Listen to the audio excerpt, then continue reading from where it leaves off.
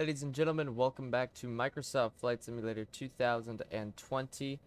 Welcome to Yellowknife in the Northwest Territories of Northwestern Canada. We are currently at the airport CYZF, which is, of course, the Yellowknife Airport, the home base of Buffalo Airways, founded in the 1970s by Joe McBrien. This has served the Northwest Territories still to this day, flying old vintage World War II era aircraft like the Douglas DC-3, DC-4, the Curtiss C-46, and the Lockheed L-188 Electra turboprop aircraft, along with a range of other aircraft from World War II. They don't have a DC-6 like we have here. They do, however, have a Douglas DC-6 A-ST, which the ST stands for swingtail. It's a DC-6, except the tail here, it swings out, and you can load cargo in from the back. Only 2 of those were ever built, and the only one surviving today is with Buffalo Airways. But as far as I know, they don't actually use it. If they do, they don't use it often. So I applaud Buffalo for this, for using these old aircraft, because these are very rare aircraft, and on top of the aircraft themselves being rare, spare parts are also rare, because these things were built, like, I mean, the DC-3 was built in, like, the early, no, not the early, but, like, the late 30s, early 40s, same with the DC-4, so these are old, these aircraft were discontinued decades ago, along with spare parts. Spare parts aren't made for these planes anymore, especially since Douglas went out. It was bought out by, well, it wasn't necessarily, it formed into McDonnell Douglas, which created like the MD-80 and stuff, and which then was bought out by Boeing, which is why you'll see the DC-10, that's the Douglas, and the MD-10 is McDonnell Douglas, because that is a thing. Douglas did not make the MD-11, that was made by McDonnell Douglas. Along with the MD-80. That's what the MD stands for, McDonnell Douglas. So, it's actually kind of interesting because, of course, you had the DC-6. The DC-7 was had overwing. It was like an overwing design. And then you had the DC-8, which was 4 jets. It was a big turbofan aircraft. And then you had the DC-9, which was only 2. And then you had the DC-10, which is infamous. But it's weird how they went from making stuff like this to making some honestly great jets that still fly today. Why'd I say it like that? Today. So this is an add-on scenery. I got it. I just downloaded it, actually. That's why you got stuff like this. I'm actually glad the snow isn't real. This isn't live weather. But I added in the snow because I wanted to. The temperature should be like -4 degrees currently. But it's also good because the satellite imagery is kind of breaking with this add-on. There were plane markings on the floor. In fact, there was a plane marking right where I am. So if I got rid of the snow, you would see that. I don't know what the heck that is. It looks like it'd be an AC-130. That's not part of Buffalo. Yeah, like a Cessna Citation over there. I mean, that could be a part of Buffalo. But I doubt it. This is also going to be a different flight. Last time we flew, I used the artificial flight engineer. I have put a lot more hours into this plane, and I now no longer need it. I spent like 3 hours writing checklists for it. Longest I've ever done. There are 11 pages of just checklists. And then I added in some additional pages for, of course, like takeoff weights and stuff, but also power settings. So takeoff and METO power settings, climb power settings, and also cruise profiles and stuff. There's a whole fuel management thing. There's a lot. There's a lot. So we are in the DC-6A, which is the freighter variant, which was the original variant, in a beautiful Buffalo Airways livery. And yeah, without further ado, let's get into it. Pop into the cockpit here. Pull up our thing. Let's put in the wheel chocks. Let's open up some doors.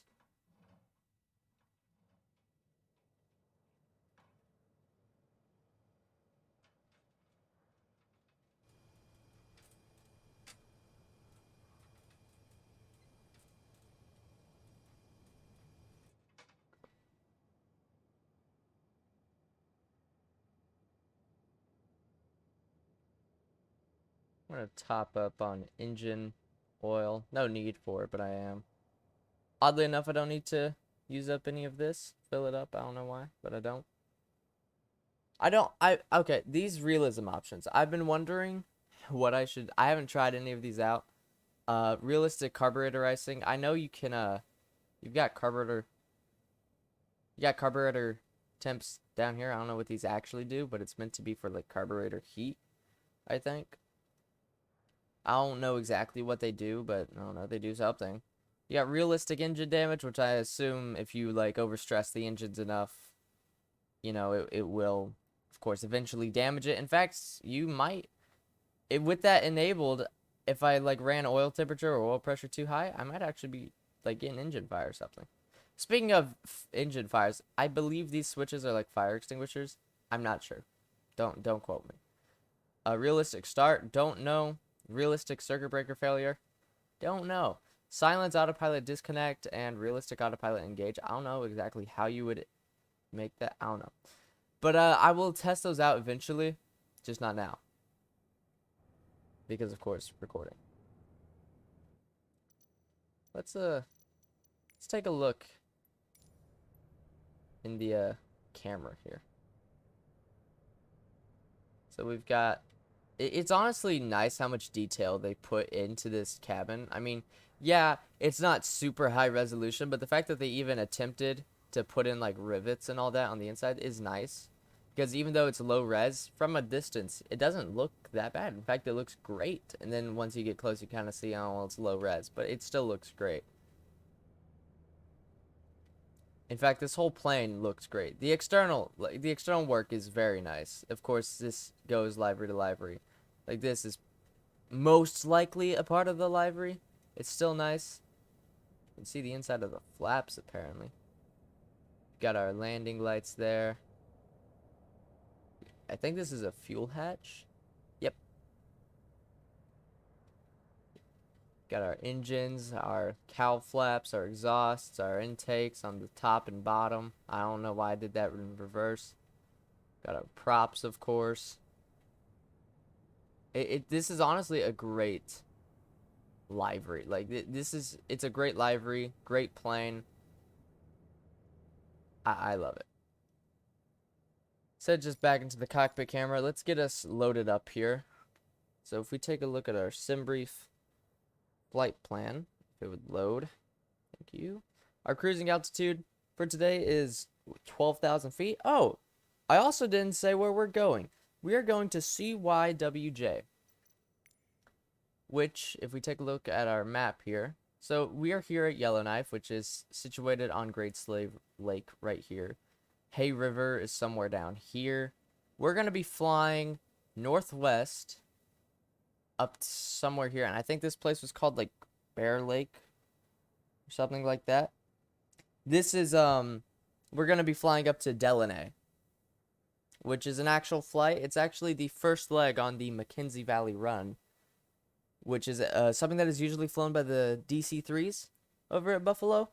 And I do plan on doing that once in my own time, just to see how long it takes. Because if I ever do that, it's multiple legs. It's like 5 legs, which means 5 takeoffs and landings. So we go to 5 airports. We take off at one, we land at another, take off from that, go to another. It's like that. That's what a leg is. I don't know how long it would take. It's 5 legs. It would probably take maybe 5-6 hours, maybe even longer, because it's like an hour up to Deline and then like an hour and a half to 2 hours back from where we start. So I want to do it in my own time, see how long it takes me, and then see if I'll do it in a full video, like in one video. Our estimated airtime is going to be 1 hour and 22 up to Deline. A block fuel is 8,400. 8,547 pounds. I am actually going to lower our fuel because our cargo weight is already limited by our max landing weight because it's an airstrip. It's a short airstrip. So I don't want to have a chance of overrunning. So I am going to get us to about 9,500 pounds just to give us a little bit of leeway. And I'm just going to come down and load up 18.3 tons. So 18,300 pounds of cargo. And an interesting thing, something I really love about this plane is you can, like I showed on the DC-6B on our flight from Whitehorse to Vancouver, you can actually see the cargo in the cargo hold. So like we have 18.3 tons on board. You can see it. Wooden pigeon. Handle with care. It's super cool. I love how you can actually visually see the cargo in the plane. Yeah, it's amazing. Not a lot of planes do that. It's sad. I get why they don't. It's a very minor thing. It's just a very QOL thing. And I think that's why I like PMDG. Because it's, like, this plane only costs $55. No, it cost 60. Was it 50 or 60? I can't remember. But, it's those small things that mean a lot. We're going to close the doors now. So, like I said, we're not going to be using the artificial flight engineer. I'm going to be doing all of this myself. Don't worry. Well, I don't know how long it takes, actually, if I'm being completely honest. I don't know how long it takes. I've never timed myself. So let's go ahead and start. Parking brake is set. Landing gear lever is down. Circuit breaker panel is most likely good. We're going to turn on our battery and go to ground power. We're going to set up the lighting. So we're just going to turn on our position lights, turn on our passenger signs, make sure our fuel booster pumps are off, which they are. Turn on the inverter switches, which are right here. Make sure that this voltage regulator overheat warning is off. We're going to turn on our engine generators. We're going to make sure the auxiliary blower is off, which it is. Make sure the ignition switches are off. The water injectors off. Prop de-icer ammeter off. Cabin pressurization regulator. I'm not entirely sure what that means. I'm almost positive it means this thing. So we're going to set that to about 12,000. Now, if my custom weather is set correctly, we're not going to have to worry about setting the altimeter. Most likely. Can't remember. Cabin altimeter 2992. Which it looks to be around there. Either way, I can't interact with it, so make sure that this is guarded. Door warning lights out. Cabin temperature control, we're going to set that to about 70 degrees. Cooling turbine as desired. The cooling turbine is essentially, it's this switch right here. Well, it's what you think. It cools the cabin. It's essentially so the heaters, they're over here and stuff. And now, again, I'm not entirely sure what it is, what it does. But from what I've read on it, it's essentially if you're in a hot location, like let's say the Sahara Desert, you turn that on to cool the cabin down. It's essentially air conditioning. I don't know why it's over there, but it is. Or it might be something to deal with this. Oh, yeah, actually. So I'm assuming the engines are, like, they're giving bleeders, kind of like in a jet. I'm not entirely sure how this plane is pressurized with standard piston aircraft, engines, I mean. So what this might do, if you don't know, so the way a jet is pressurized, it takes in hot air from the compressor and all that, from the combustion chamber. It takes air from that hot air, like super hot air, like 800 degrees hot, puts it into a cooling pack, cools it down to whatever you have set for the AC, and then pumps it into the cabin. That might be what this does. So, like, cools the air from the engines and then pumps it into the cabin. I'm not too sure. We're going to make sure this is set to engine instruments. Yep, and this is set to bus. Make sure the voltage is good, which it is. We're going to make sure our blowers, which are our superchargers, that they're off. Gotta make sure our cow flaps are full open. So we're just gonna twist these clockwise to the open position. Gonna make sure our landing lights are retracted enough, which they are. Anti-icing fluid quantity is good. Oil quantity is good. Hydraulic fluids are good. Water quantities are good. Fuel is good. We're going to make sure our heater fuel X feeds are in the normal position. Pretty much all of these are meant to be down, so we're just going to go ahead and skip that. We're going to turn on the cabin heater master. Make sure the de-icers are all off, which they are. We're going to set our windshield heat to what it needs to be. So if we take a look at the free air temperature, for some reason, you know, oh, wait, are you, weather? We're meant to have like -4 degrees. Get down. That would do. So I wanted it to be in the negatives, because that's kind of like how it is up in that actually is not like how it is. That is what it is. I mean, even in live weather, our temperatures are like borderlining freezing. So yeah, we're gonna set this thing, the vinyl warming, to immediately to 0 to -40. Oh, what's our eyes? Okay, so we should be good for everything. We're gonna test these. This might be loud. Might be. Was not loud. Although I don't know exactly how all the things are. So we're gonna make sure our fire extinguishers are in, which they are. We're going to make sure our gyro pilot switches are off and the servos are disconnected, which they are. We're gonna make sure the carb levers are cold. Make sure the flaps are up. Mixtures are in idle cutoff. Trim tabs are set. We just want to make sure that's neutral, roundabout neutral, which it is. We're gonna put our fuel tank selectors to main. So make sure our crossfeed auxiliary tank valve control is off. We're gonna make sure our props are forward and 3. We're gonna open up our throttles a little ways. There we go. We're gonna make sure our fuel, oil, pressure, warning, isolation switches are all on, which is these, and we're gonna make sure our landing gear indicator lights are 3 green, which they are. Pre-start checks. We're gonna turn on our avionics. We're gonna turn on the ADF, the Garmin.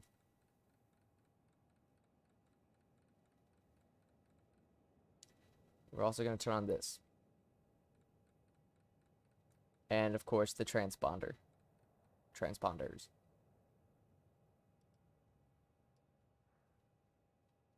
In there. Right. We're gonna set this just so it's on GPS, so it's connected to the radii. Transponder is set. Altimeter. I'm assuming. I think it's standard. I don't know why it was at 300. 3000. I don't know. So now we're gonna go to our flight plan page. We're just going to we're gonna do a direct route. So we're gonna go CYZF,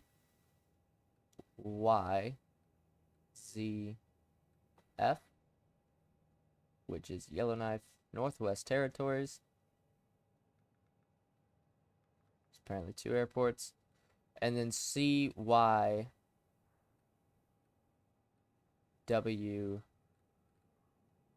Deline. There we go. 280 miles. Almost 290. It's a long flight. Well, not really. But, you know. Takes an hour and a half to go the distance. It's a little longer than conventional aircraft would go, but, of course, fully loaded plane at, 12,000 feet, piston aircraft. It's, yeah. Alright, let's start up these engines. We're going to turn on our beacon light. So, set the number 3 mixture to auto rich, ignition to both, engine start selector to 3, and turn on the boost pump to low. We're going to make sure our fuel pressure is good, which it is, and now let's start it. 3, 6, 5, 12.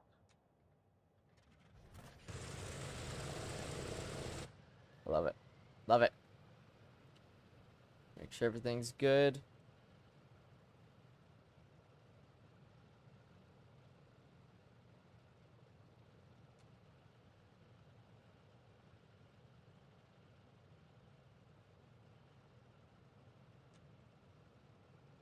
actually gonna increase. Gonna make sure our switches are all reset, which they are. Now we're gonna go number 4.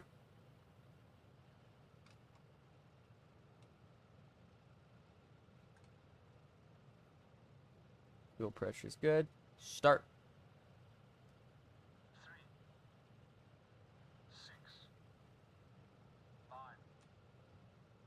12.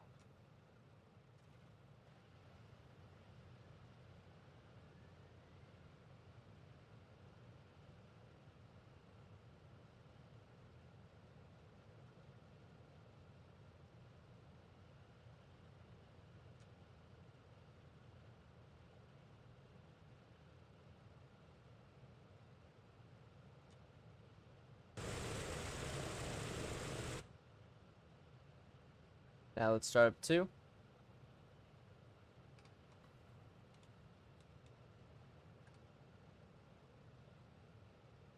Fuel pressure's good. 3, 6, 5, 12.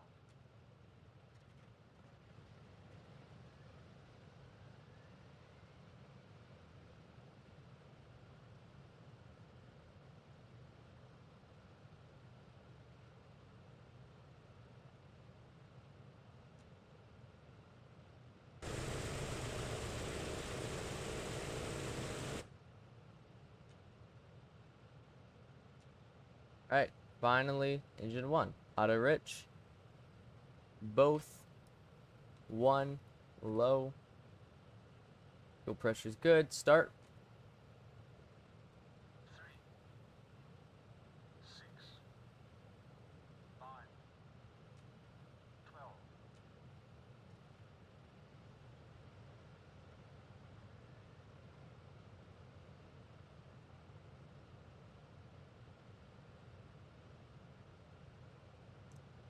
Alright, let's close these windows now.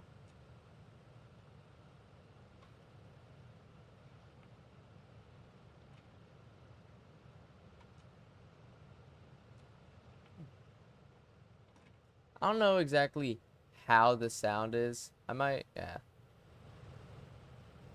I'll just bring it up a little. I'll bring it up a little more.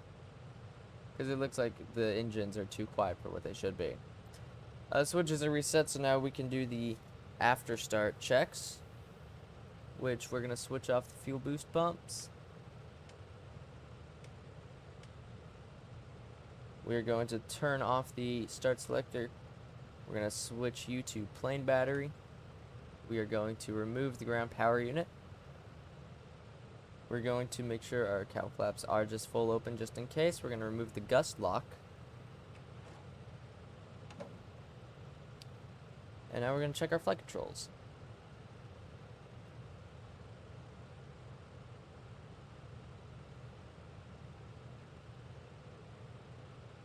Alright, flight controls are free. So, you're not meant to brake in this aircraft, I have learned. Don't brake. Don't brake. It's not something you should do. You're not meant to brake. To slow down, you're meant to use your reverse, which I've actually got working. So, that's cool. And then, of course, you know, avoid harmonization. Now, we are going to be using ATC for this. Not for much. We're not going to actually do IFR flights. This is technically considered a VFR flight. Technically. But I'm using this just because since this is a very older aircraft and it lacks a lot of modern stuff, this is mainly useful for live weather when you don't know what the actual conditions are. Well, that's not right. When you don't know what the conditions are. Since I have set up the weather, I kind of know what the conditions are like. So for the most part, ATC is kind of obsolete, but still. Yellowknife Airport information. We're not going to be using it much. Nothing that'll actually impede on our ability to fly. Visibility, niner. Sky condition, clear. Temperature, -7. Dew point, 13. Altimeter, 29.902. ILS runway tree, 4 in use. Yeah, that's nice. Landing and departing runway tree 4. No DSR ILS at aircraft, Deline. say direction of flight. aircraft read back hold short instructions. Advise controller, on initial contact, you have India. Alright, so now we're just gonna quest departure to the north. Yellowknife ground Buffalo 19er with India request taxi for takeoff north departure.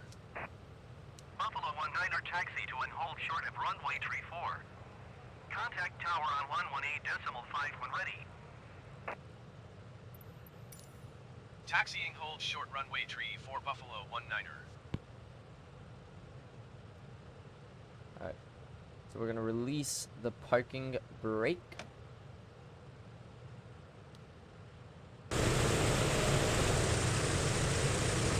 Let's taxi the mighty DC-6. I wish I could say I've gotten better at flying the plane. I really haven't, if I'm being completely honest. I'm still not that great at flying. And I don't know how much of it is on me and how much of it is on Microsoft Flight Sim. Ooh, I don't know the add-on scenery that well. I've also never been on this part of the airport, so. Alright. Got some TBMs there. Oh, that'd be cool. Fly some TBMs around. Yeah, that'd be pretty cool. Fly them over the lake and stuff. Got some semis. So, I have, what was I saying? What was I saying? Oh yeah, I don't know how much of my inability to fly this thing greatly is on Microsoft Flight Sim, and how much of it is on me. If you don't know, Microsoft Flight Sim, of course, is a great sim when it wants to be. Like right now, it's great. I mean, look at this. The lighting is great. The snow is great. Everything is great. And it has its issues. I have to admit that. It has its issues. But it is still a great sim. Passing by tower and all that. I wonder actually, because it looks like, I know I'm not meant to brake, but I want to check something out real quick. I got the scenery, might as well check it out. Right?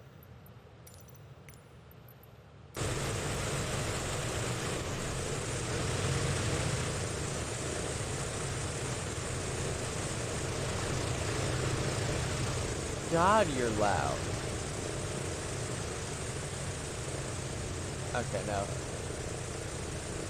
I don't think... Would you be? I don't know, I've never been. But, how's the control tower look? Oh, they actually modeled an interior for it. That's cool. That's very cool. You can see the plane. That's cool. You should not be that loud, I don't think. Yet again, I've never heard a DC-6.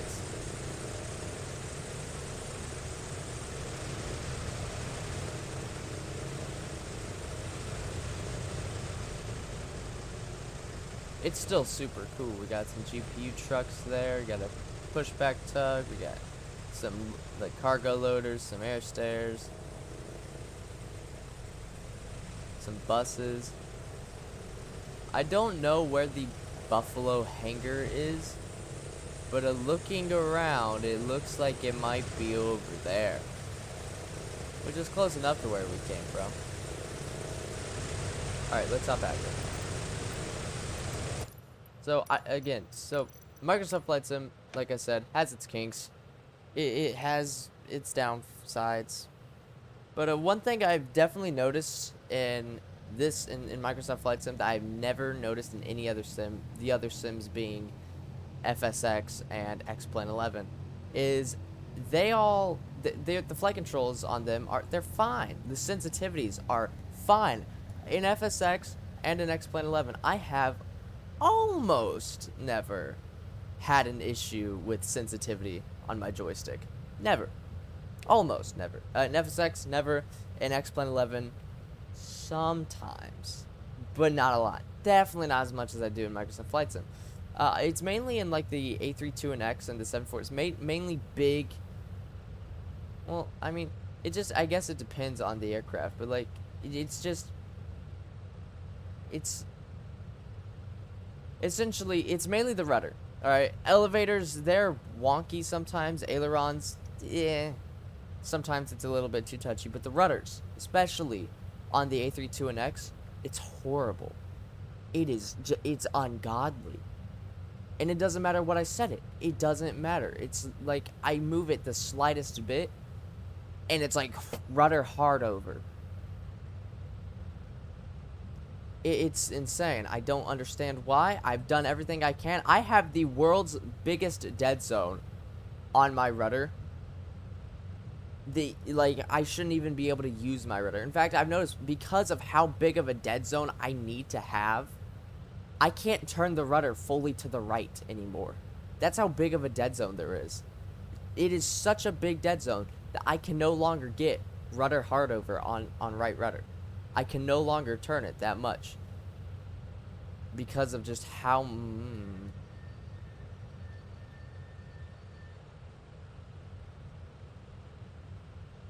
That's a freaking hill.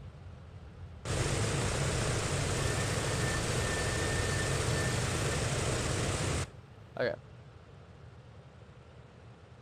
We're gonna get lined up with the runway. And then we're gonna do a run up, since it's our first flight. But yeah, the rudder, like on the A32NX, I can't turn my rudder hard to the right anymore because of how big of a dead zone there is. And that dead zone is a requirement, so I don't move it the slightest bit and then get full rudder hard over. Like, it's literally an essential. But now it's made it to where I have to move it. I have to move it a lot to the right for it to kick in, and I move it barely to the left for it to kick in. It makes maneuvering very difficult, especially on a, you know, like when you're barreling down the runway at 200 miles an hour. Okay, so we're going to do a run-up checklist. I'm actually going to get rid of the ATC menu for me to do this. Now, I'm going to say this real quick. I've never done an engine run-up on this, so bear with me. I watched the PMDG tutorial yesterday, but I have not actually put it into process. So yeah. But to start the run-up, we're going to make sure our prop reverse pitch is good. So we're just going to kick in the reverse. Make sure those forward lights come on, which they did. We're going to move it back to neutral. That'll kick up. And just to make sure they don't kick on. Yeah. So we're good. We're going to set our engines to about 1.7 or 1.6 RPMs. Not 1.5 like it says, because that's engine harmonization. Back up, back up, back up. So we don't want to get that harmonization. But about right there is good. So back up on 3 a little. And you're finicky. And let's increase 2 a little. Okay, so now we're going to set the propeller here to full aft.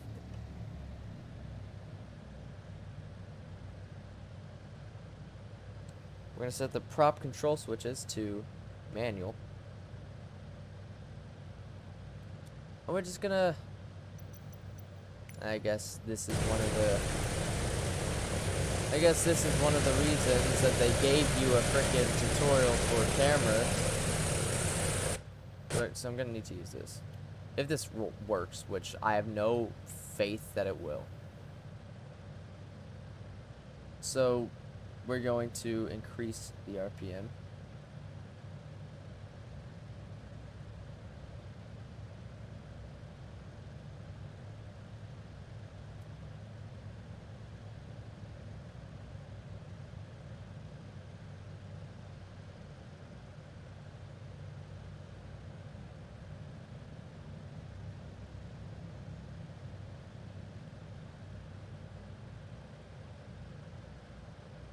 I guess this is just testing that each engine works under manual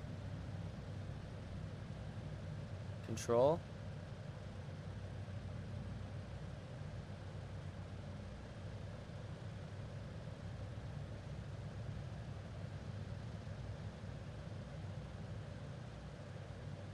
Which it does, which is nice.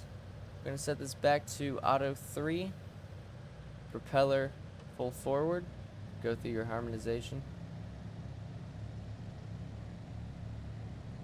Or don't. Fully. Engine 3 and 4 seem to have gone a little weird. Okay, I am gonna hop back to the cockpit for the next part.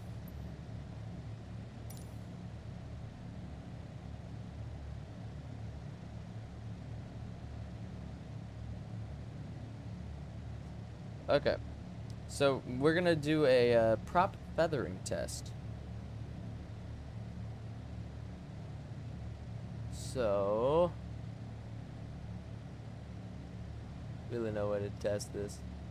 It's just automatic feathering. So we're gonna switch that on. I don't exactly know. Oh wait, no. We're not doing an auto feather test yet. We're going to just feather the engines. So I'm gonna push you in, check RPM drop, pull it out. Make sure it goes back to where it was. This is just to make sure the engine's feathered properly. You want to do it quick because it's according to the tutorial, stressful on the engines. And if there's one thing you don't want to do, it's stress the engines. That much. Of course, these things are meant to take a beating. But of course, you don't want to work it too hard. Especially since these planes are kind of going extinct, as one would say.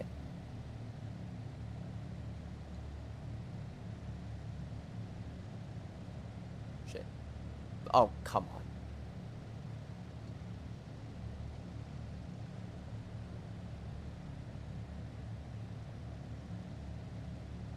Okay. We're going to set our manifold pressure to, I believe it's about 30. Well, what's the pressure for it? Why didn't I write this down? We'll set a manifold pressure of 25 because I heard that on the tutorial. Alright. So now we're going to set our blowers to high. Sequence 1 and 4. Oh, well, if I knew this, I would have set them lower. So this is just to test the superchargers. I think. It's also cool to hear the superchargers actually, you know, work. Now we're going to run a magneto test. So we're going to set 1 and 3 to low. Make sure the RPM drops a little, which it did. We're going to set them back to both. Make sure they stabilize. Now we're going to set them to right.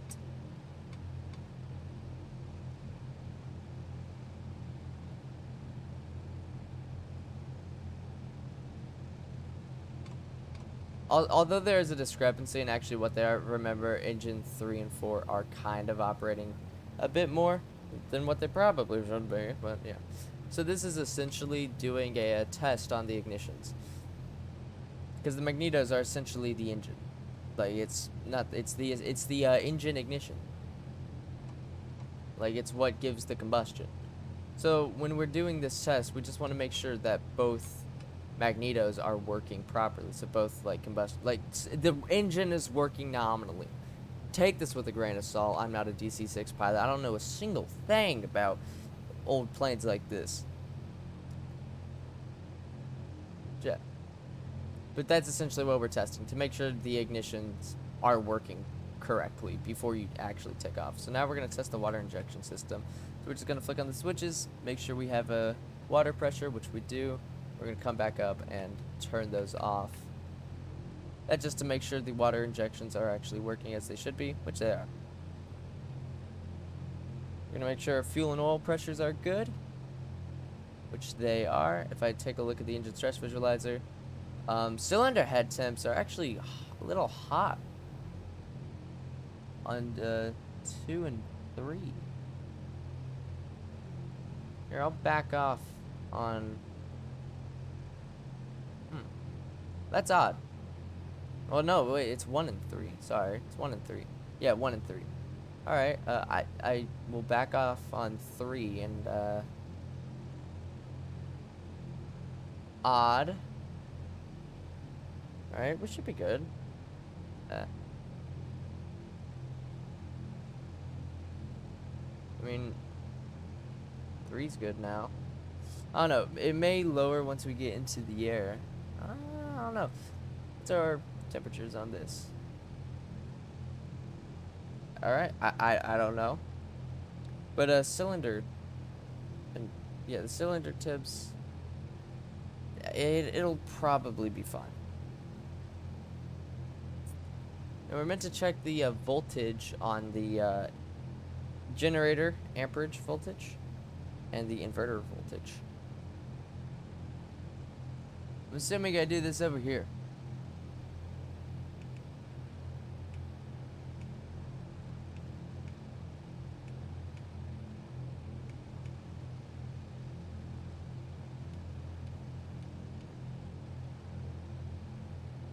Now, where do I find the voltage for the inverters? Don't ask me.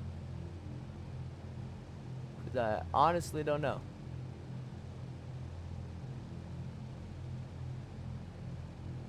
Oh, I guess this. Maybe. No. Yeah, no. Huh, I don't know. Make sure the cabin supercharger oil pressure temps are good.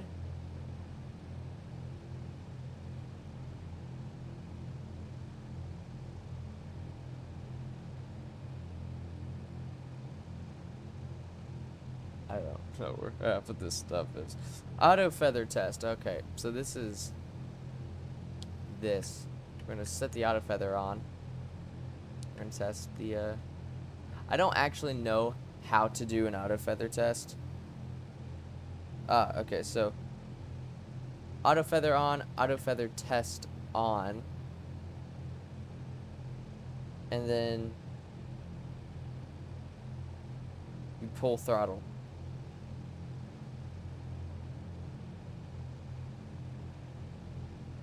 So you pull the throttle, and the engine is meant to feather automatically, which it didn't. Unless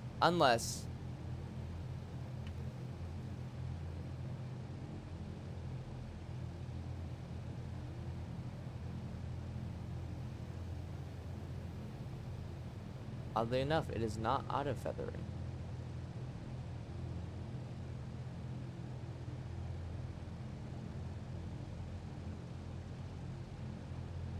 Maybe that could be why. When I pull back on engine 1, it's not pulling back fully. I'm gonna get you up there. Let's reset the auto feather. Switch it on. Pull back. And now it should feather. But it's not. Why aren't you feathering?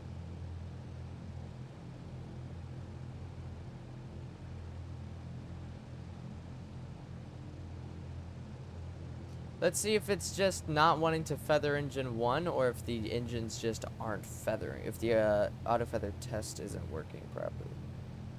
So let's reset it. Let's try engine 2.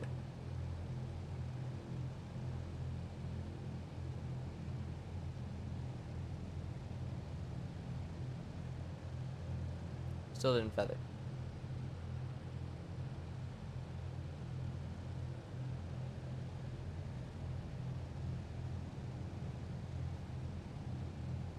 Alright, I guess we're just not gonna do the auto feather test. Because it might also be an issue on me. I know auto feather does work. It's caused me issues, actually, believe it or not. But we're gonna test it. Alright, we're gonna set the engines. We're gonna power the engines back.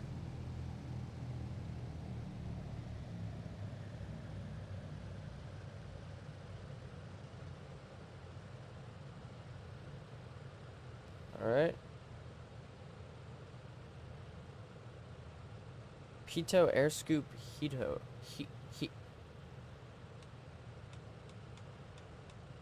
I guess it would work if I turned you on.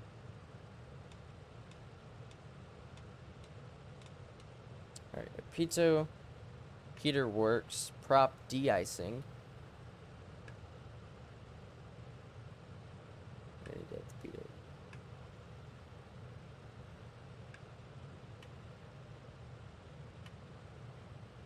Alright, before takeoff checks. Oh no, man. Windows are locked. AC controls are set. Cooling turbine. Normal. Cabin pressurization check is set. We're going to keep our blowers at low. Cow flaps, 4 degrees.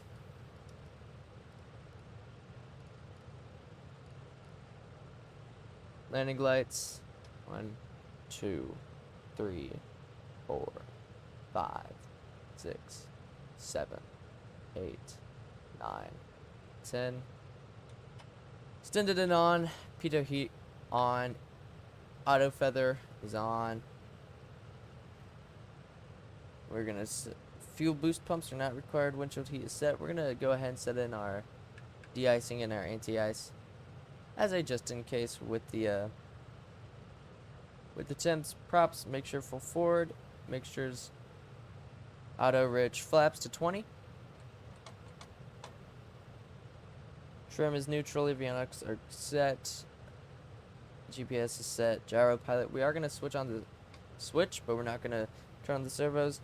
Altimeter set. Alright, we're gonna determine our takeoff conditions. I'm sorry this is taking so long. I told you I've never done a run-up before, so that was the first for me. So we're going to determine our takeoff conditions by one, taking a look at this piece of paper here. Checking our checking our weight, 80,081 pounds, so we can do a dry takeoff. We are good. So we'll be doing a dry takeoff. That's one thing. We're going to open up our Douglas DC-6 power setting. Just gonna do this. Now y'all can't see this, but I can, because this is a actual physical piece of paper that I have. So for dry takeoff, we're going to be setting 55 bow inches manifold pressure with a low blowers, 2700 RPM. Our METO power is going to be about 45 inches at 2600 RPMs. And our climb power, we're going to be doing a standard climb. So our RPMs are going to be 2400, our blowers are going to be low, sorry. Our critical out is 15,000. We ain't gonna have to worry about that because we're flying under 15,000. And our manifold pressure is gonna be 38 inches. All right. And at 80,000 pounds, our V1 and rotate speeds are going to be. That's 100,000. That's 95. That's 90. That's 85. That's 80.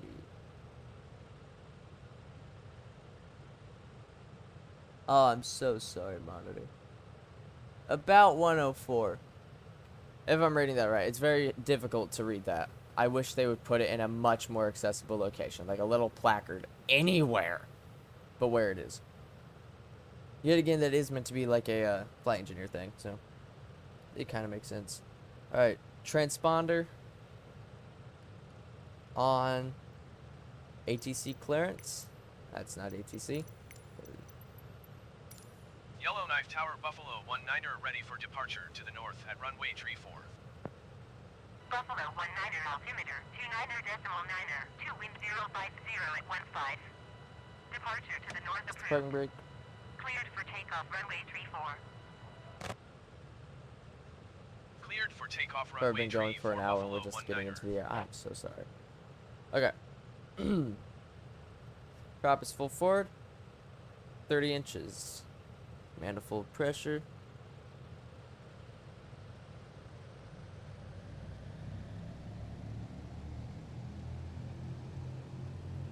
Alright. We're going to increase manifold pressure to takeoff power.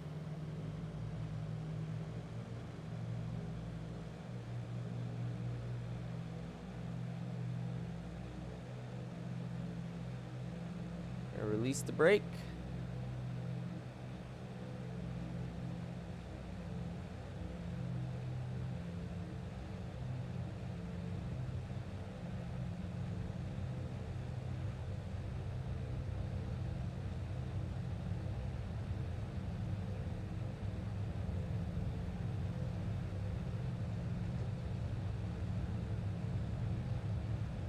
Alright, let's rotate.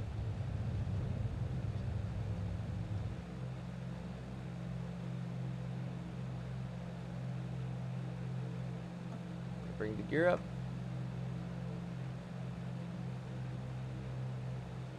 We're gonna set our flaps real quick to 15. 140 knots. We're gonna set our METO power. We're gonna back off to 4,500 manifold pressure. Not 4,500, 45 inches. We're gonna bring up our flaps to 10 degrees. We're gonna Buffalo 19er, lower the nose a continue little. for north departure. Yellowknife Tower Buffalo 19er, continue for north departure.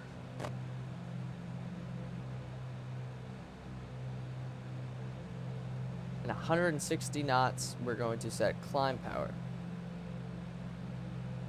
So we're going to bring back to 38 inches.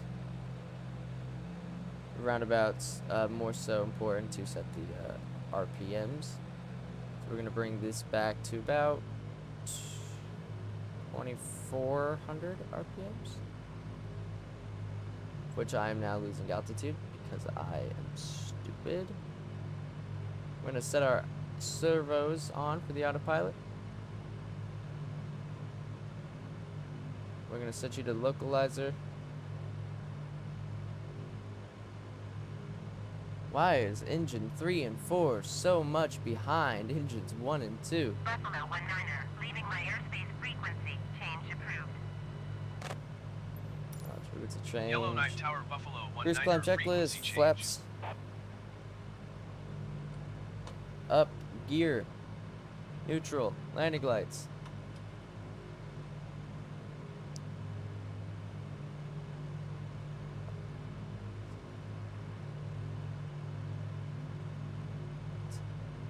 Retracted and off. Water injection switches are off. Passenger signs as required. I mean, we're not a passenger aircraft, so it's not like it matters that much. Good booster pumps as required. Auto feather off. We don't need the booster pumps. Windshield heat control is set. Anti-ice is set. Climb power is set. Mixtures are auto rich. Cowl flap to 4 degrees open. CHT. Cylinder head temps are all below 200, which is good. Oil temps are a little hot apparently.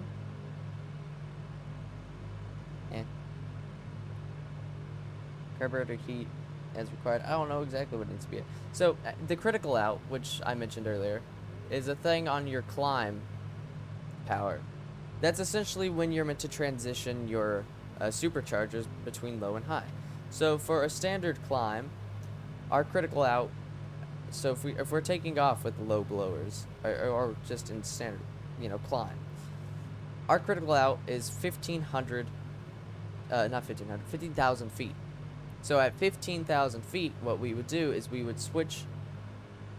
Well, we'd essentially go from our current climb profile to the next one, which for a standard climb is not much.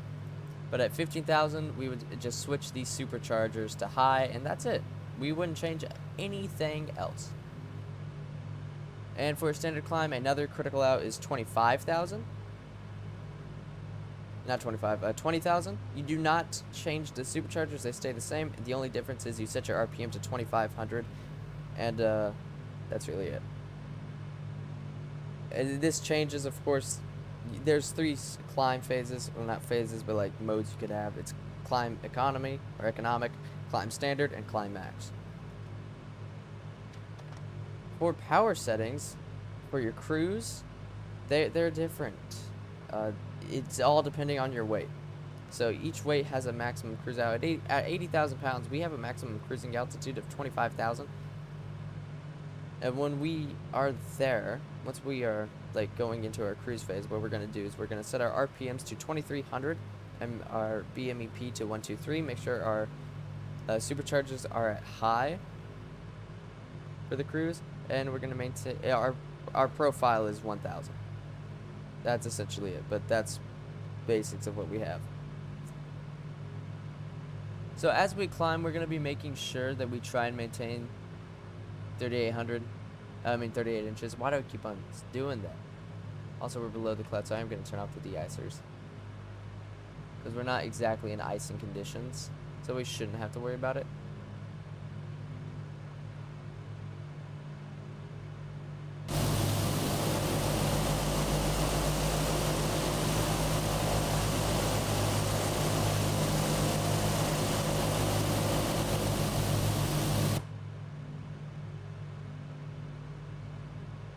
So yeah.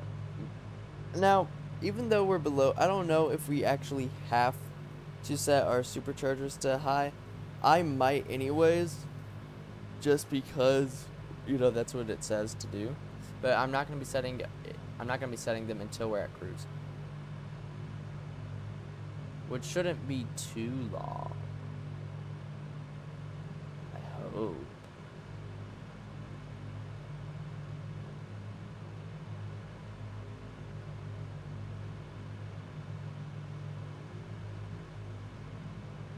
So, the auto feather is only used for takeoff. And if you don't know what feathering means, I can't remember if I explained this in my last video on the DC-6, but it's essentially the props, of course, they're spinning. They're big blades of metal. They're sitting with the airflow, essentially. They're meant to spoil airflow and kind of suck it in, push it back at an increased rate, goes over the wings, generates the lift. That is essentially what these engines were made for. They were meant to bring air in and then push it out over the wing to generate lift. That's essentially what it is. That's what it does. And if you are on, what feathering does is essentially it turns the blades to where they're sitting at an angle with the least airflow going over them. So you would only ever do that in case of an engine failure, really. So if an engine failed, like let's say our number 2 engine failed on takeoff, well, we would want to get into the air. If we have to get into the air for above our V1, you know, you want that to have as little drag as possible. So the auto feathering system, what it will do is if it detects an engine failure, that can be because, you know, it's essentially if the engine powers back, if the RPM drops significantly, the auto feather is meant to, well, auto feather that engine. I don't know why it wasn't working with the test. I don't know if I was doing something wrong, but when I pulled back the throttle, it was meant to auto feather that engine because it realized, hey, wait, that engine's dropping, that engine might be failing, let's go ahead and just... And if you ever have an engine failure mid-flight, you're still meant to feather it as to keep as little drag as possible. It turns the blades to where it's essentially sitting like a knife against the wind. And, well, that's it. The auto feather essentially does it automatically. You can do it manually. But, yeah. So, again, I don't know why it wasn't working when we were trying to test it like it was meant to. I don't know why it wasn't. It's not a horrible thing that it wasn't, because the auto feather was probably still working. But one thing I have to say I don't like about the auto feather system in this plane is it's too touchy. There have been many times on takeoff roll where in fact, one time specifically, I was taking off out of Yellowknife. It was like a couple days ago, and my engine's RPM, I think it was on the number 3 engine. I looked at it, and the RPM was way lower than all the other engines, and I was confused. I was like, you're not meant to be doing that, but it was. And I was looking around, and then I thought, wait, what are the chances that it feathered? And I looked up. Sure enough, the engine feathered. The auto feather system, well, auto feathered the engine, and it wasn't meant to. And that actually it didn't necessarily cause me a problem, but it did cause me some confusion. So when I looked at that, I kicked off the after some trial and error, and before finally realizing it, I kicked off the auto feather and I unfeathered it manually, and hey, it went back to normal. The auto feather is touchy. It is sensitive. It's a very sensitive thing. You're not meant to use it on landing, because like if you're on final approach, you know, and you're landing and an engine fails, honestly, you want drag, because that engine failing, well, since you're meant to use reversers instead of, you know, brakes, that's a fourth of your braking force gone. So, yeah, you want drag. And also, because you're going to be powering back and forward, you're going to be moving your throttles back and forth on final and stuff to manage speed. It'll auto feather if you do that. And you don't want it to do that. Especially if you're loaded, like me. In an 80,000 pound plane. 79,000 pounds even.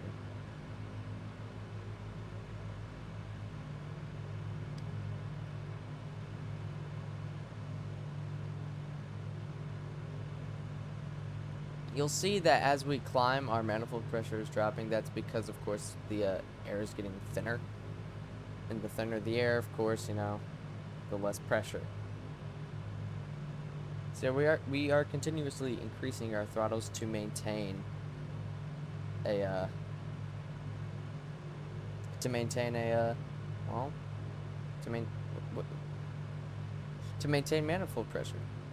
At cruise, we don't have to worry about it, but you know, we do have to worry about it for cruise climb. Speaking of cruise, as we pass 10,000 feet here, I want to, well, firstly, kick off our anti-ice. As we are up and over the cloud, I think we're...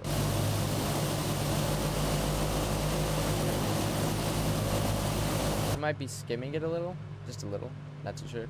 But as we, of course, pass 10,000, like I said, what I'm going to do is I'm actually going to go over our cruise power. So, again, we're about...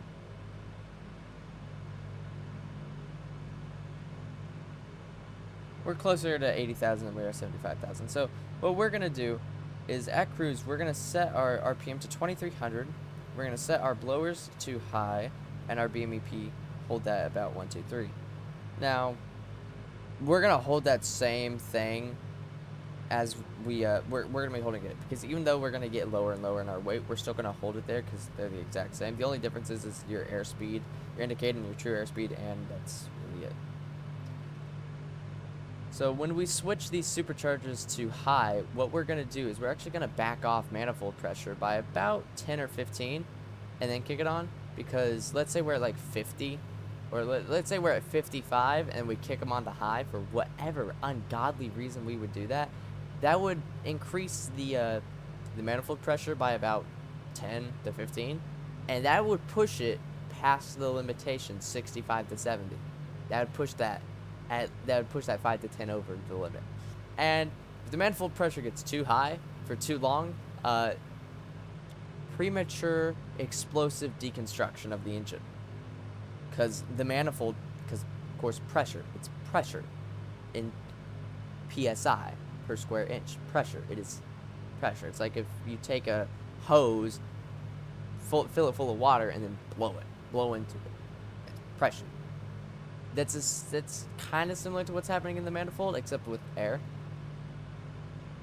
And if that gets too high, the manifold can explode because there's too much pressure. So we're gonna want to make sure. You also don't want it to be in the yellow and like cruise phase of flight. So yeah. Now that we're here, we're going to switch on the altitude control. We're about 12,000. We're going to switch on the altitude control. We're going to back off to, I'd say, roughly 30 inches here. Now we're going to kick them on. 1 and 4. Let it stabilize. And then 2 and 3. And let it stabilize. we're going to set you to about 2300 RPMs. And now we're going to maintain a BMEP of 123. So we're going to back off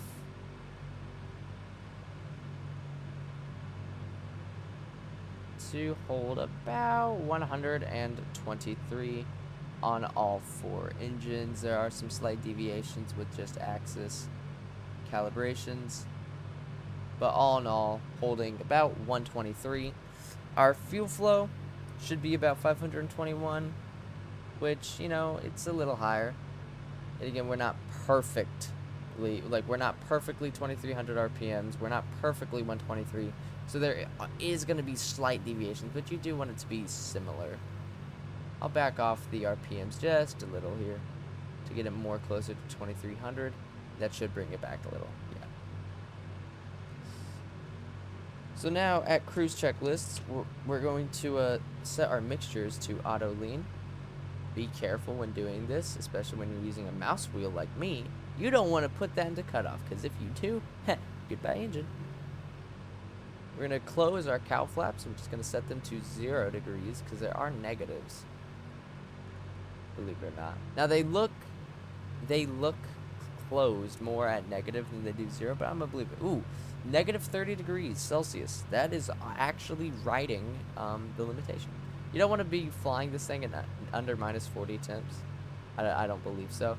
I've heard that it's not good to do that with these piston aircraft, because you could freeze the engine,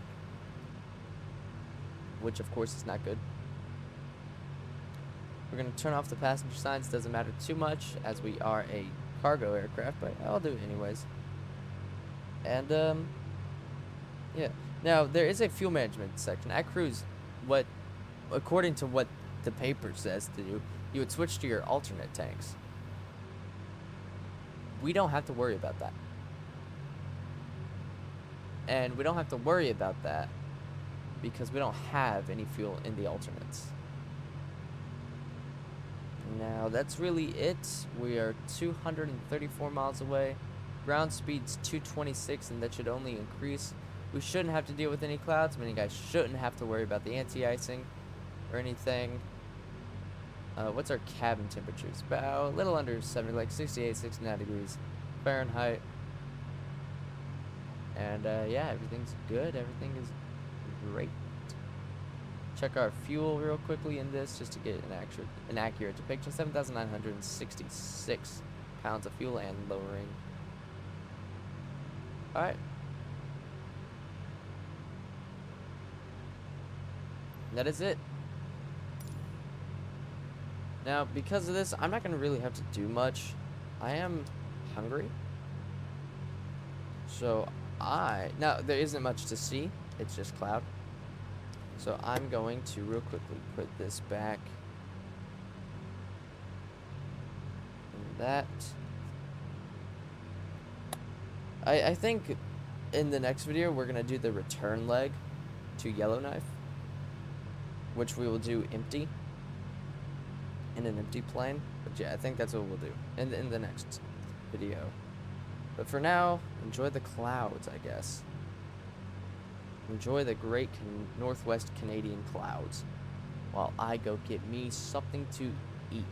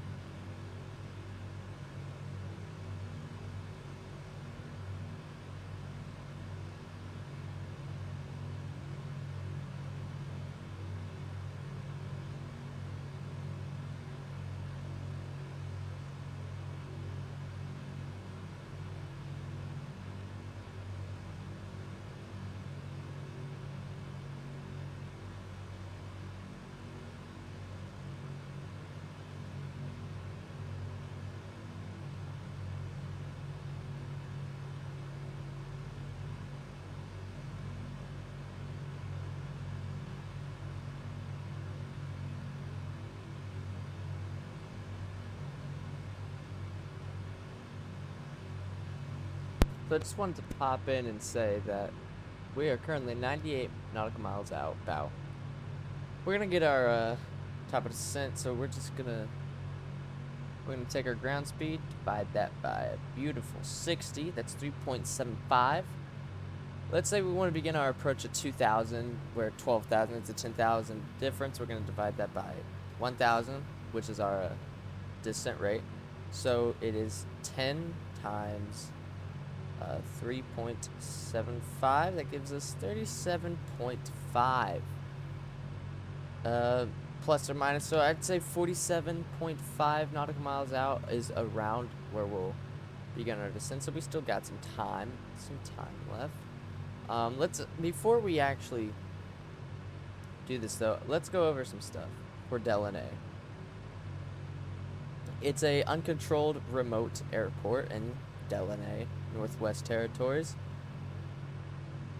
It is operated by the government of the Northwest Territories, apparently.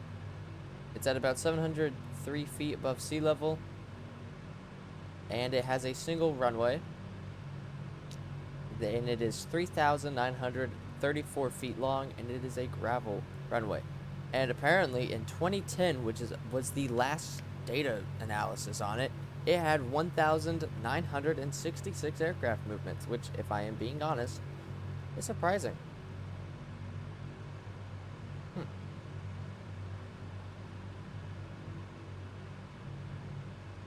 It's interesting.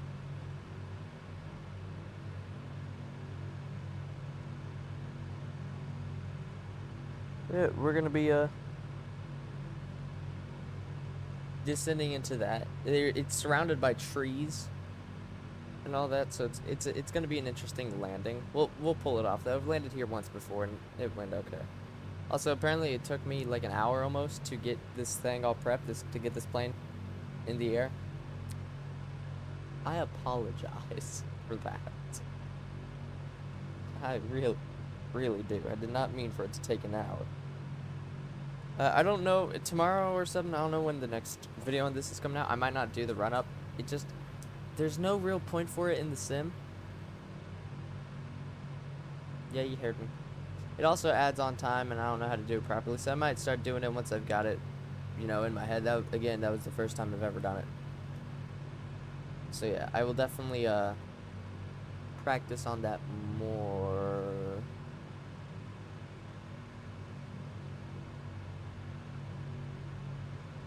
Yeah, okay, we're good. I'll practice on that more. So yeah, 47.5 miles is our top of descent. I'll be back maybe like 50 miles out or so, 57 even. So yeah, see you all in a little bit longer.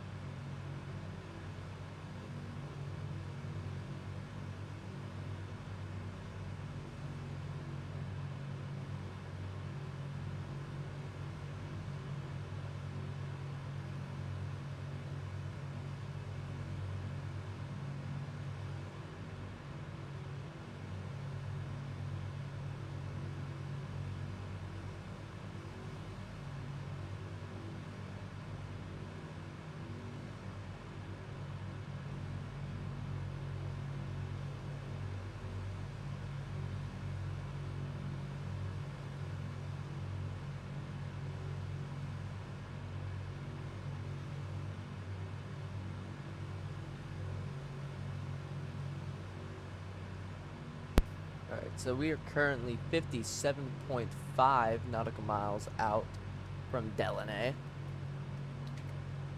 You excuse me for a quick second while I open up the checklist book thing, binder, whatever.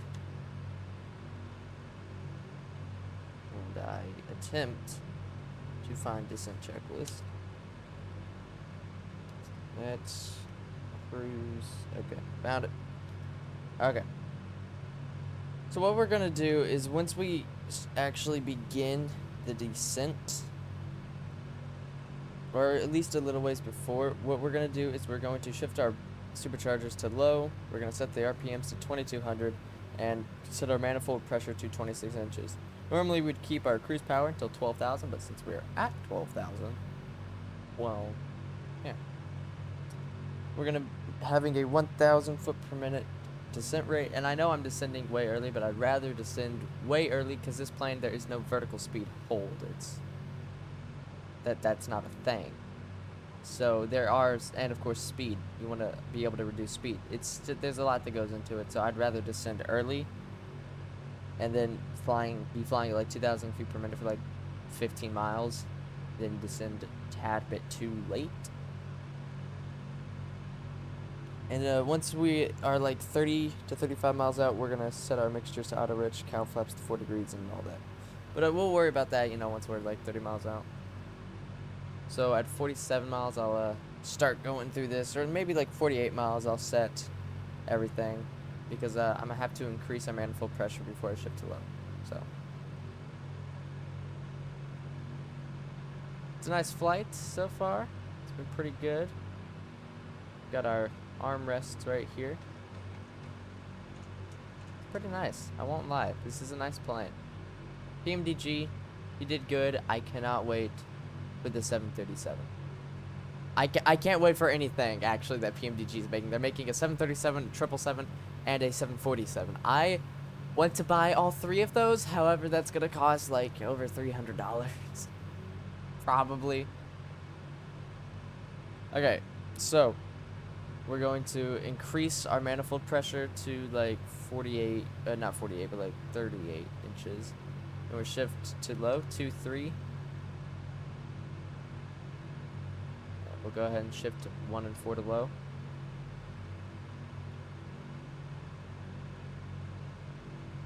Let's go ahead and set 2200 RPM, just about.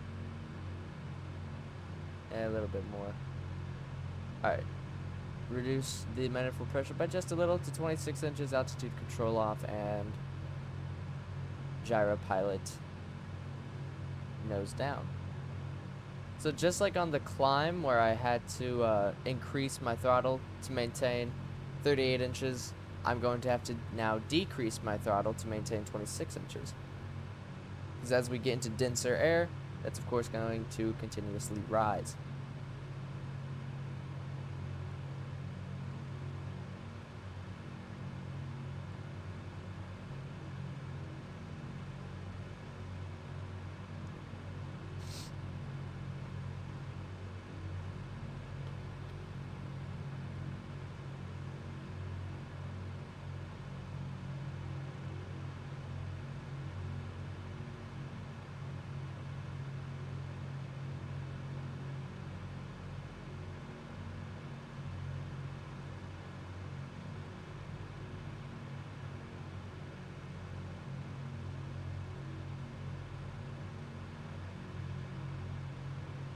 So, speaking of all that, actually with all the PMDG stuff, the 737 is probably going to come out first.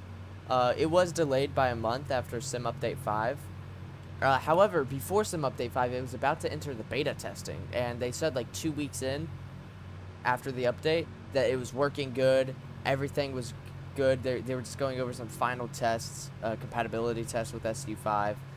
So, meaning the PMDG 737 is probably already in its beta testing right now. They're probably keeping it under wraps. I don't know. They've been very elusive with the 737.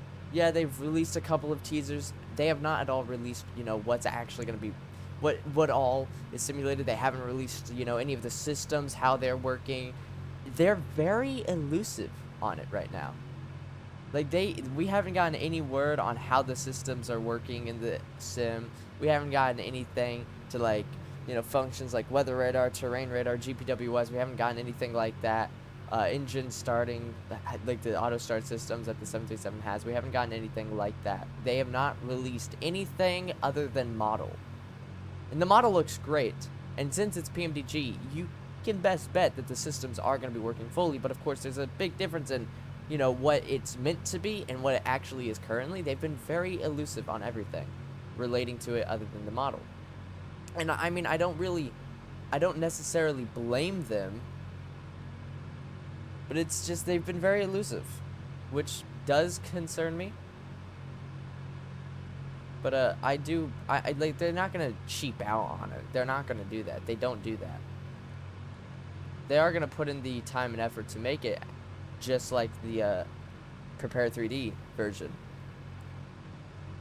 And better, because of course it's on Microsoft Flight Sim, so they can make it better than what it is on Prepare 3D. Not saying that it's bad on Prepare 3D, but like, I mean, the DC-6 is also on there, and they said on one of their videos, they were like, you know, you'll notice that in our old versions of planes for like Prepare 3D and FSX and stuff, that the models, you know, they aren't that great. The lighting is baked. But in Microsoft Flight Sim, because of all the new technology and graphical improvements, the lighting is so much better, and that is true. The lighting is 1,000 times better, and even from the previews, the 737 is looking fantastic. And I'm hoping it'll come out this year, either late this year or early next year. That would be a perfect thing, because the 737 it's gonna be great. That's one of the things that's going to bring me back to Microsoft Flight Sim. The DC-6 brought me back to it. I spent a lot more time flying in a X-plane on the 737.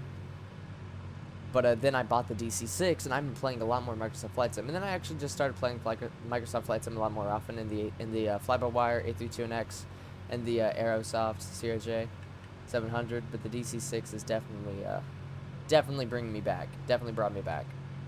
And I cannot wait till we get a 737, because that's definitely going to make me play Microsoft Flight Sim a lot more, because X-Plane is great. Like, it's a great IFR simulator, and you know, in a lot of ways it is better than Microsoft Flight Sim, but still, you know, I still love Microsoft Flight Sim. It is still a fantastic sim when it wants to be. Now I'm gonna say this, I've said it many times, I'll say it again, Microsoft Flight Simulator is a great sim when it works. When this sim works as it's intended, it is fantastic, and not a lot can beat it. But it's got a lot of drawbacks. But I'm more interested with the PMDG stuff. Like, I love the study level. Like, this plane is study level, and I love it. I love the fact that it's study level. But I also love all the quality of life things, the minor things. Like being able to fold the flight engineer jump seat, being able to raise and lower the armrests and stuff, being able to move the EFB here, I think that's what you are, being able to open up the windows and all that. It's these very minor things that to a lot of people, you know, doesn't matter, but to me it does matter. I mean, even if I can't move it, I'm still gonna fly it. It's just, it makes it so much better. I don't really know why it makes it so much better. It just does. Like, gives it so much more, like, you know, it just gives quality to life. It's just these small attention to detail things that really sell between, you know, an average study level aircraft. Because like the Zybo 737, it's study level, and I mean, yeah, it does have a lot of QOL things, like the cockpit door, the cabin, stuff like that. Can't open the windows, though. There is things on that where I would definitely like it more if they were there as just minor things, very minor things. They aren't there though. It's still a great aircraft, but I love the ability to just do whatever in the plane. Open up the windows, armrests, jump seats, things like that. I don't know why. I love those very, very tiny details in the grand scheme of things. The tiny details that in reality change absolutely nothing. but I love it. It makes it so much better in my opinion. Now we are gonna back off on our throttle even more to reduce our airspeed, because if you look, we are going pretty fast, and I don't want to be going that fast.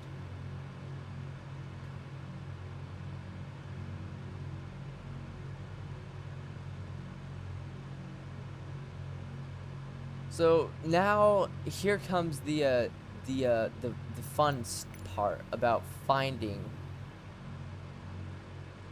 this airport. Now I'm gonna tune to Deline traffic, but I'm not actually gonna use it. I'm gonna tune it though. But again, I'm not gonna use it, so I'm gonna just tune it and then get rid of it. So I gotta find the airport now. That's well, the airfield, I'm gonna say, because it's not necessarily, it's an airfield. So yeah, I'm gonna have to find that. Oop. That little horn there, that's your BMEP dropping too much. It's not meant to, when you hear that horn, increase your throttle. Yeah. So I'm curious what the PMDG 737 will hold, if I can open up the cockpit windows, stuff like that. I'm very curious as to what it'll hold. I'm also curious as to what the, well, all of them will hold. Everything that PMDG is making for Microsoft Flight Sim, I'm interested onto those tiny details. Because, yeah, you expect, it's PMDG, it's study level, it's expensive. You expect the systems to work fully. And yeah, those systems working fully, it does make it worth the money. But also those tiny details is what really makes it worth $100, because it just proves to you how much time and effort they put into this, to where they added in the most minuscule of things.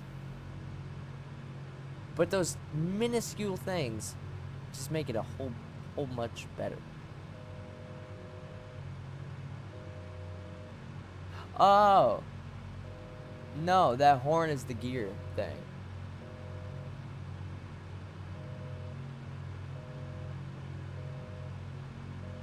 Ah. Alright. Sorry. I was wrong. I didn't know that. I thought it was your BMEP dropping too much. I mean, do you blame me? Because it does correspond to your BMEP. Kind of. Also, I should probably not be toying with the engine like that. So we're 7 miles out. I see the runway.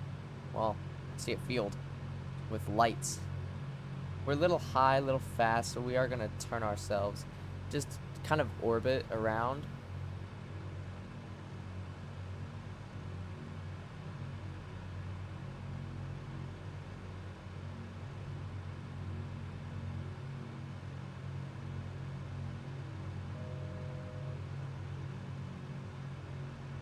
We're just going to orbit around until we get lower and slower.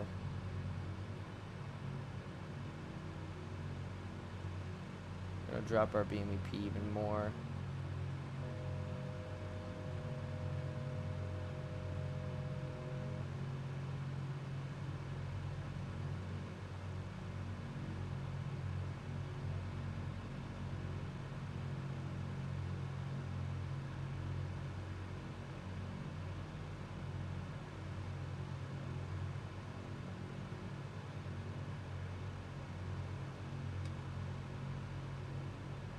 So I'm curious as to what they'll include. I don't know what I should be expecting. This is the first PMDG product I've ever bought, so I don't know what I should be expecting and what's just like a fantasy that I want for it. But I'm still excited. No matter what PMDG does, I am excited for the 737. I don't know exactly what I'll buy from them in terms of the actual jet airliners, the 747, the 777, and the 737. I'm definitely buying the 737. Between the 747 and the 777, I'm still unsure. I'll probably buy the the 747 first. Like, I'm definitely buying the 737 first. But between the 777 and the 747, I'm probably going to buy the 747 first. Simply because the 747, you know, I personally like that aircraft more. Personally, you know, if you like the 777 more, go right ahead, buy it. But I'm definitely interested more in the 747, mainly the 747 freighter. because of the nose door, which I imagine will be implemented. Most likely will be implemented. All right, flaps 10 degrees.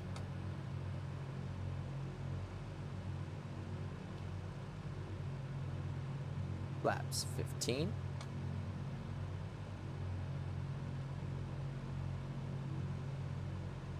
This should be our last orbit before we are technically good to go. And about right now, flaps 20 degrees. Alright, we're going to set our propellers to 2400 RPM. Or roundabout. We're going to put on our landing lights. So, nope. 1, 2, 3.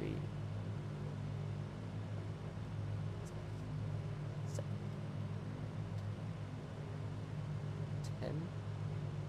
Landing lights are extended and on. We're meant to be maintaining 140 knots. As you can see, we are not. So the landing lights are on now. The checklist that I followed to write this all down says the auto feather is meant to be on. It is not. You do not turn the auto feather on for anything except takeoff. That's the only time you'll ever have the auto feather on. Alright, I'm also going to go ahead and actually slow us down even further because we are close to the airport. We're going to go flaps 30.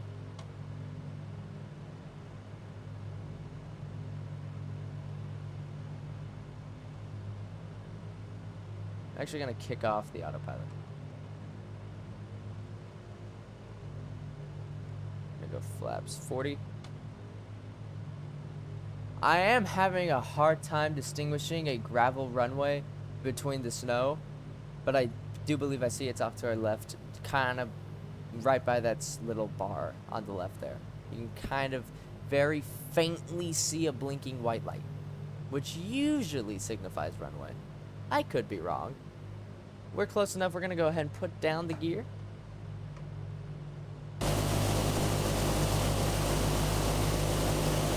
Dangerous game, I know.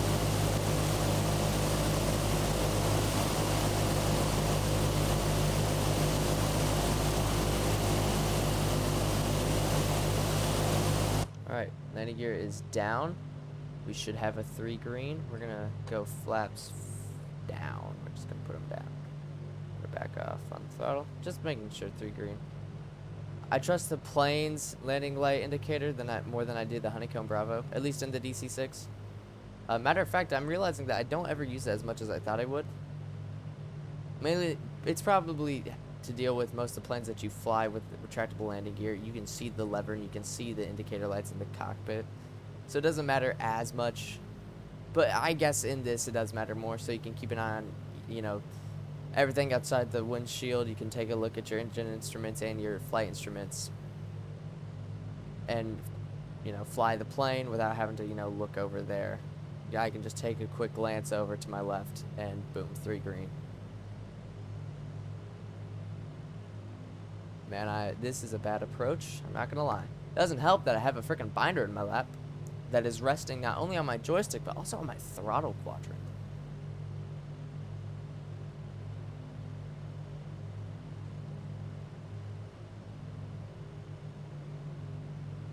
So here we are. We're on our final approach.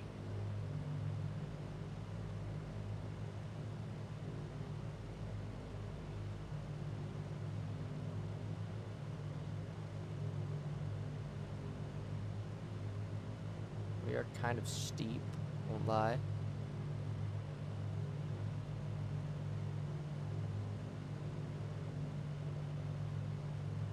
Flaps are down, gears down, landing lights are on.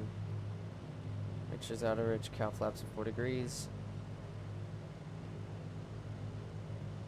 Autopilot's off. Okay.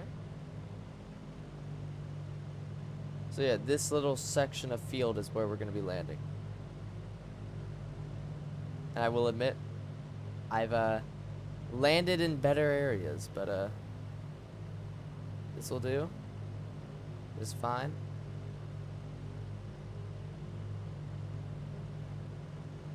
Let's see if I can actually stick the landing. Man, you can't see the runway at all.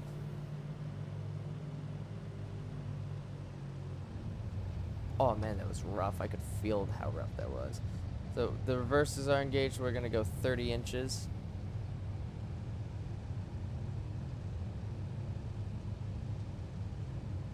Reverse power 30 inches. Brake if necessary. 40 knots. We're going to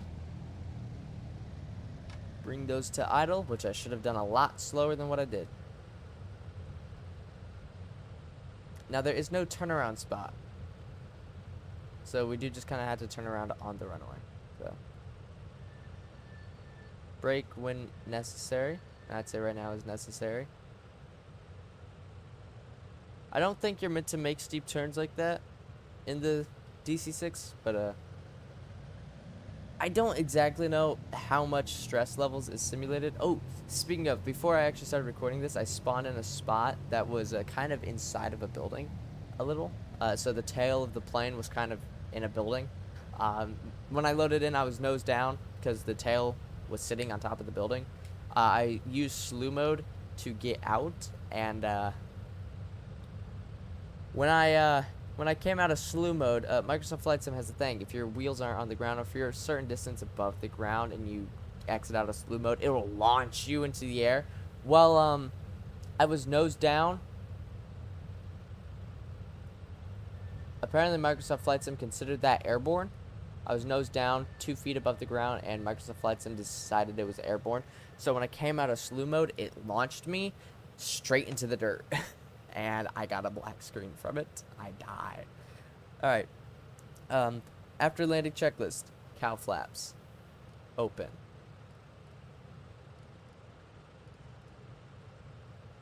Flaps up. Propellers full forward. Anti-icing. Off. Guess I should have turned that off a while ago. I'm going to turn off the vinyl warming too. Cabin pressurization.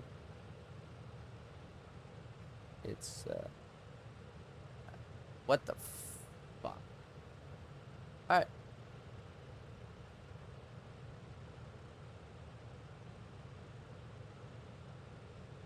That is odd.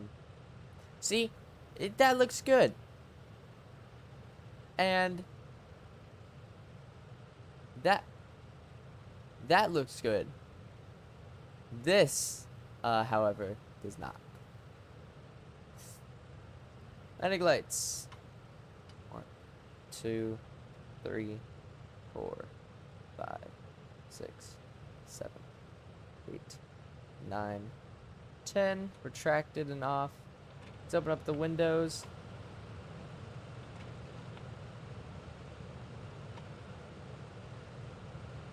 Auto feather is off. We're going to turn off the cooling turbine. Alright, and since we are also parked, we're going to set our mixtures off. That'll cut off.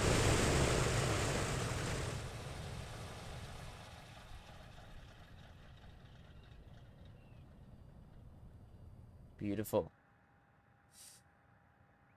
We're going to switch off the ignition switches and the beacon light. We're going to turn off the inverters. We're going to turn off the generators. And we're going to engage the gust lock. I'm also going to switch off our radios. We're also going to open up the doors.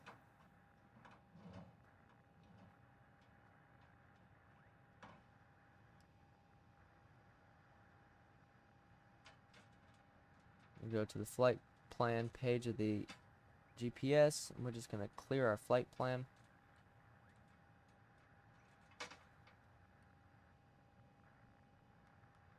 We'll set the wheel chocks, pitot covers, and the ground power unit. We'll connect to the ground power. And when the doors, the cockpit doors are, not the cockpit, the cargo doors are, when those are open, we'll just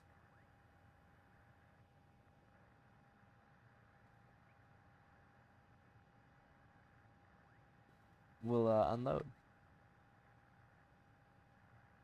Not gonna lie, I think that's rudder.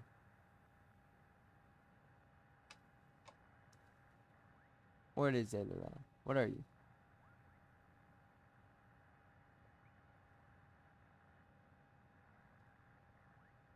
You look like you'd be aileron.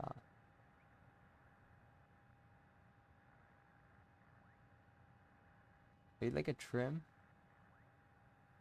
I don't know what you are.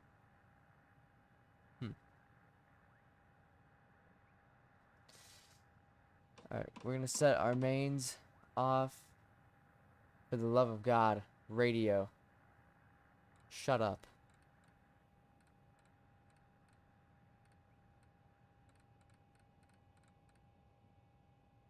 Turn off our ADF. Turn off U2.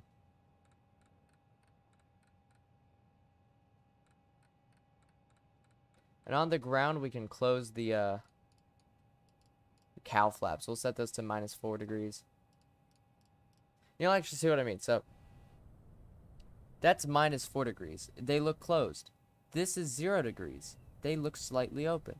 And I mean, this is fully open.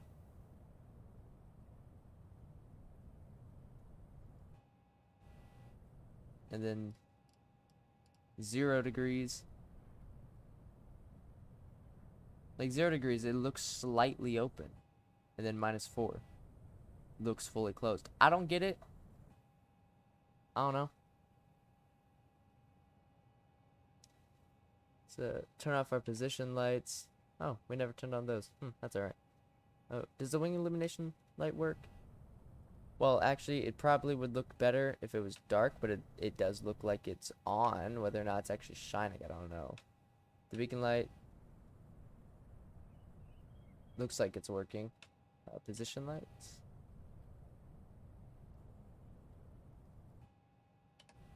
Looks like they're working.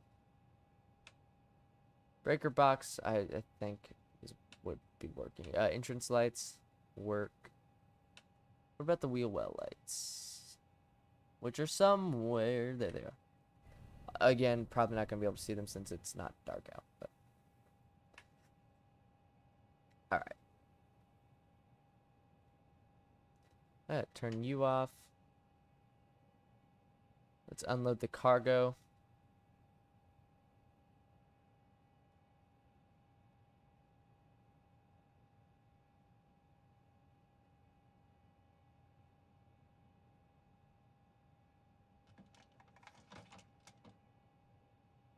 We'll go ahead and close the windows.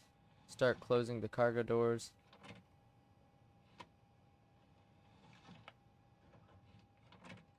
We'll bring up the stairs.